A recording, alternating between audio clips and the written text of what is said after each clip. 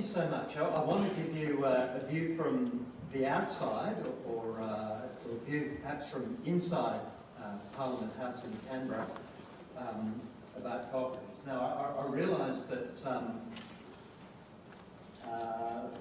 things aren't as bleak in New South Wales. It was wonderful to hear the Minister, and wonderful too that the Minister's staff here and here to acknowledge his staff. However, things are bleaker, he says, pressing this. Let's see what happens. No, let's go back. Invisible. That's the bad news. Now, not completely invisible. Farming Together program was introduced by and was until recently the Deputy Prime Minister, and that's good. Also, you have, get this working. You have two MPs. One's a minister, Bridget McKenzie. One's a shadow minister, Andrew Lee. Both of whom get cooperatives. It's not widespread, though. Here's my example. You want. The only question that needs to be answered is that if Mr Shorten, who wants to run the biggest company in Australia, funded by the Australian taxpayer, it's not a company, it's a government. Or did he not? I'll repeat that. The government is the biggest company in Australia. That's the view when I suppose people are speaking from the heart, saying what they really think. That's the analogy. A company. The government is a company. A company is an association of persons for carrying on a commercial or industrial enterprise, which means it usually profits from providing services to customers. Or put another way, profits at the expense of customers. Now, cooperative, and I'll quote from the handbook written by Richard and Sam and Peter Tragilgas, works for its members. Its members, to quote the handbook, are its heart and soul. There's one vote, one member.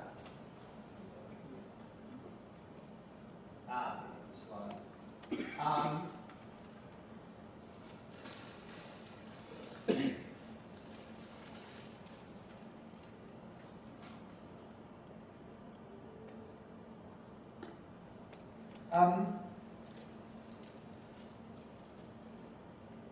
And it describes, and a requirement for active membership, just as spend their resources on their members, so they can spend it instead by getting bigger. And they get bigger by, how can I put this politely, giving commissions to investment advisors to recommend them, by owning firms of investment advisors and getting them to recommend the bank's own products, by making arrangements with employers for generous banking terms in return for having the employer's workers put into a super fund. And then when they've got their members' money, they might buy products from that particular bank.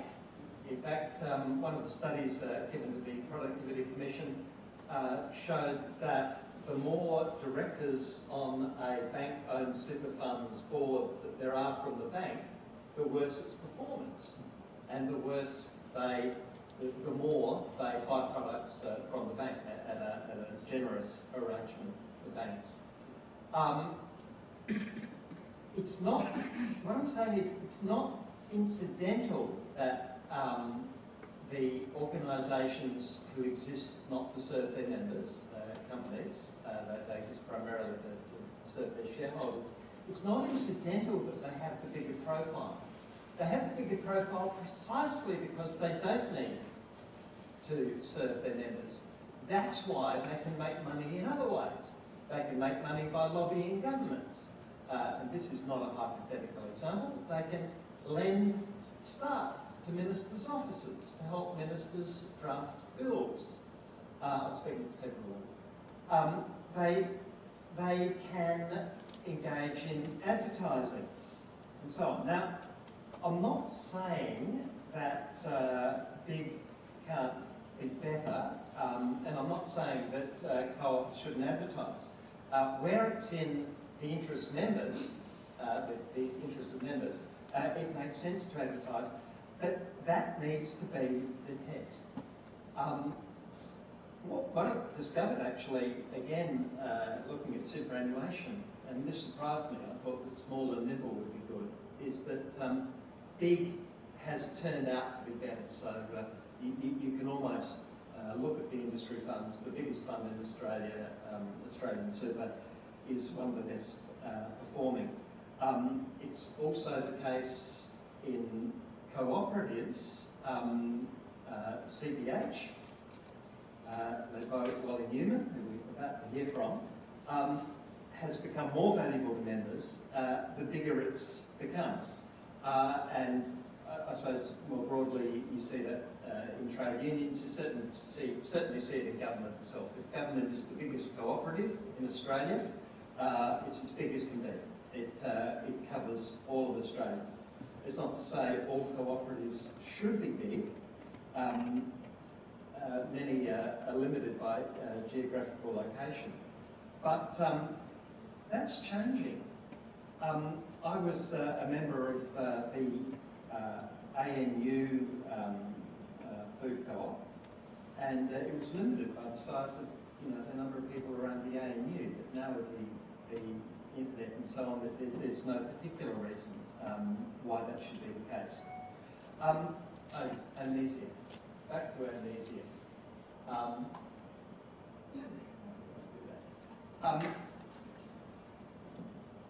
I think partly it's education. Mark Latham, the good Mark Latham, back last century when he was writing about civilising global capitalism, not the one you'd see on Sky News now, described it as a sort of Truman Show world where he said, I'll quote from his speech on this in 1999, he said, the left and the right are as bad as each other. They're living in their own world, but it's not the real world. The left distrusts markets, it has endless faith in government, and as a result it forgets about civil society, about people getting together.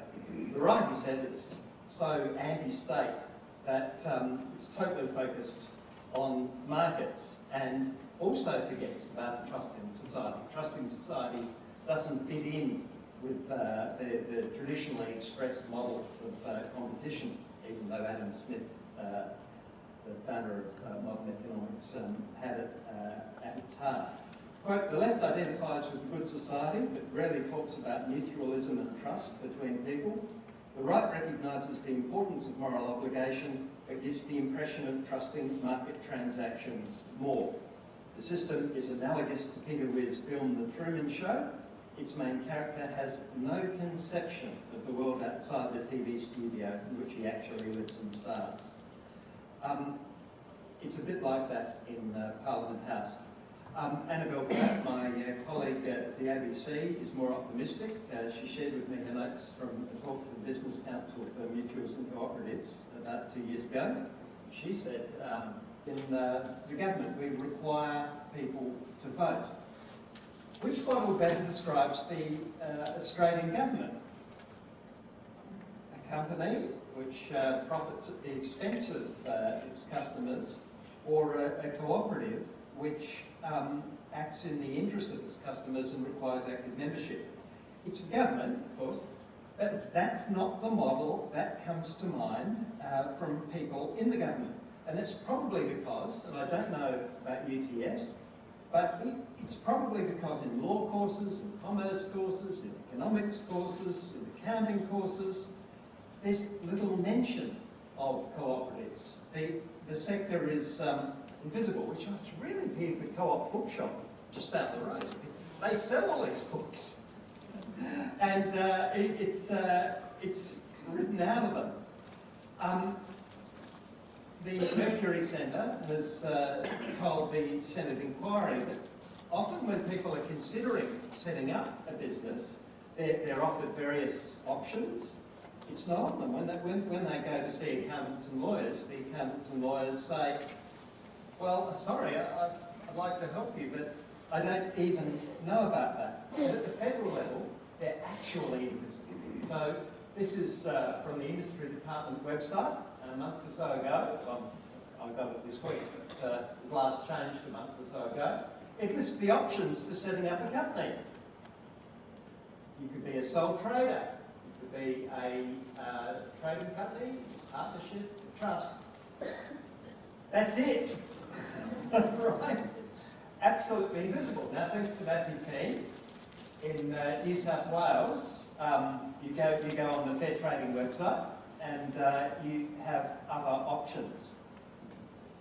This ought to be the case because, as many of you know, cooperatives go back a long time. Australia's first company was in 1817. I think the Governor of New South Wales had to give them special dispensation. And the first cooperative was started not too long after that. So they are in fact long-serving, long-established institutions, but people don't, what can I say, people don't, it's as if there's amnesia. Now, there's a difficulty with cooperatives in that they don't fit into the model that we use to think about these things. Partly, I guess, because of what's been taught at universities. Now, I see a parallel. I see a parallel with superannuation. I've been writing about this recently. The companies which are really visible in superannuation are the ones that have a straight commercial model. They're the ones owned by the banks. And yet they have by far the worst performance. The Productivity Commission figures in their report they gave, their performance is truly abysmal. Yet most people are members of commercial funds rather than industry funds. I think this is because it's not incidental to their nature that they're in fact visible and have most members. It's because they don't need to. The cooperative centre, on the other hand, sector manages at some point, in some way, to appeal to every point on the political spectrum. She said Labor likes them because they can be seen as a large-scale employee ownership scheme. The Nationals like them because they're agrarian socialists. The Greens like them because they are socialists. And the Liberals like them because they're small business. But like isn't the same as fear. Like isn't the same, as we saw in the financial advice sector, as when, they say to the government jump, the government says how high, introduces the kind of legislation they want. And I see this as almost a permanent problem. And I don't have any particular reason to be optimistic. Cooperatives and mutuals will necessarily have less money to spend on lobbying, necessarily have less time to spend cozying up the politicians, necessarily be less able to threaten them, precisely because of their nature. But I didn't want to end on a negative note. So reasons to be cheerful. We're getting richer and older. I have this PeterMartin theory of sort of development. I think someone else developed before me, which is we have basic needs, obviously food and shelter, and when people are, societies are poor, that's what they concentrate on. It's basically looking after themselves and their family.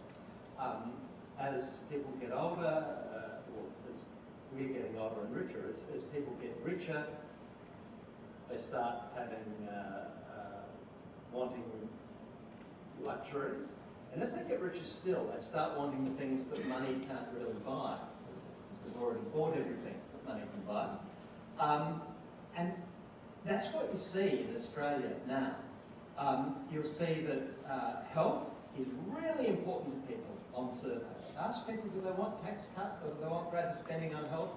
They used to say they wanted a tax cut. You go back 30 years, the ANU election survey tracked this. For, I don't know, 15 years now, they've been saying they prefer greater spending on health. People, as they get richer, are obsessed about education for their children. That's why we see so many people doing everything they can to get their children the best education. And they're more concerned about each other. As a society gets richer, it becomes kinder. So there's that, and also, of course, as we get older, we become more generous. A lot of companies, privately owned companies, small companies, manufacturing companies, the man who's run it for a long time is retiring and would like, if the systems were there, to sell it to the people that work there, so that the people who build up the value can continue to be part of it, rather than selling it to someone else. So I see an ageing sort of trend as a reason to be cheerful. And the third is information technology. It's possible now for co-ops to extend way beyond geographical region. In the past, you might have had a co-op of beekeepers would be limited to beekeepers in a particular city or town. That's no longer the case. But I hear you cry. The internet hasn't worked like that, so in fact it's worked in the opposite direction. What we find is that your Ubers, your Airtaskers and so on are, if anything, the exact opposite. You've got lords and serfs. You've got the tech geniuses who came up with something, and the people who sign the form or click on the form, which gives away their rights to virtually everything. It needn't be that way. I'm looking forward presently to hearing Dr. Lisa Tsane talk about how it needn't be that way. What I think is important as a parallel, and I've got this from my reporting of economics and economic history, is that we have a rosy view of the Industrial Revolution. It turned out very well, didn't it? It increased incomes and increased the incomes of ordinary people almost an infinite amount beyond which they'd increased for millennia. It needn't have been that way. In the early days of the Industrial Revolution, according to the former chief economist of the World Bank, who I interviewed when he was here, Kashif Basu, it was going the way that the new Industrial Revolution is going now. Working conditions were being intensified. People were becoming more like slaves. Children were working as factory hands. They were working 14 hours a day. Spinning machines were being created that were small enough for children as young as 5 to operate them. That is what was going to happen. It didn't happen, and that's maybe because of a few individuals. The Earl of Shaftesbury was one. Britain's Parliament decided that we needed laws to stop exploitation. The Factory Act of 1813 made it illegal for children under 9 to work in textile factories. That was the start. Children aged between 9 and 13 were limited to 8 hours a day, and children older than 13 were limited to 12 hours a day. The Labor Party formed in Britain, along with the Cooperative Party, and the two of them have sort of merged. My point is that the Industrial Revolution did turn out well as it happened, and that's given the licence to free market economists, to politicians, to writers such as myself to go, oh, what are you worried about? The next industrial revolution will turn out just as well. There'll be good conditions and so on. There need not necessarily be those good conditions, and we're about to hear about that. It's unfashionable to say it, but we might be at a time in history when things could go either one way or the other. We could be seeing a new serfdom. Now, that's my point. I think there are reasons to be cheerful.